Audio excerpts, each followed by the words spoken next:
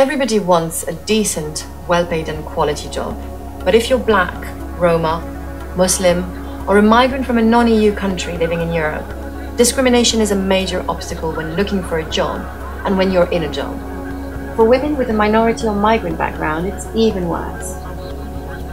The European Network Against Racism has just released a major European research study which sheds new light on this harsh reality.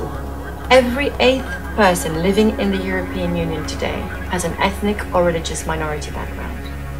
Discrimination against these groups in the labour market is therefore hardly a non-issue, and we need to do something about it now.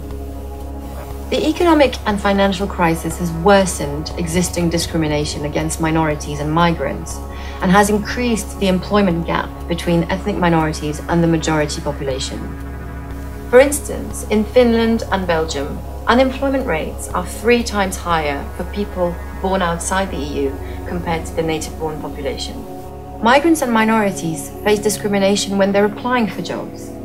For example, in the UK, people with foreign-sounding names are a third less likely to be shortlisted for jobs than people with white, British-sounding names. But even once they are in a job, migrants and minorities continue to face unequal treatment. Lower wages, a lack of career prospects, precarious and difficult working conditions, harassment, abusive dismissal. All these are just some of the manifestations. For instance, in Hungary, wages paid to Roma are lower than the Hungarian minimum wage. Another example, in Austria, people with a Turkish background earn 20% less than their Austrian colleagues without a migrant background. Not enough. The European Union has adopted laws to combat discrimination in employment, which are now part of EU member states' national laws, but they are not always as efficient as they should be, and as a result, many victims of discrimination are left unprotected. States need to show political will and act to tackle discrimination in employment. Establish standards on labour inspection geared towards detecting ethnic and religious discrimination in the workplace. Provide financial resources to NGOs working on the ground so that they can collect complaints on discrimination and better support victims seeking legal help.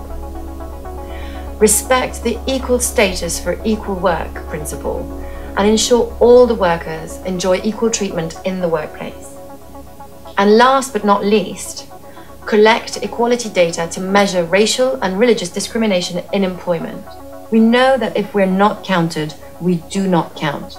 Without the numbers, how can policymakers monitor the effectiveness of anti-discrimination policies? Discrimination in employment is an issue for 60 million Europeans. It's time to tackle it.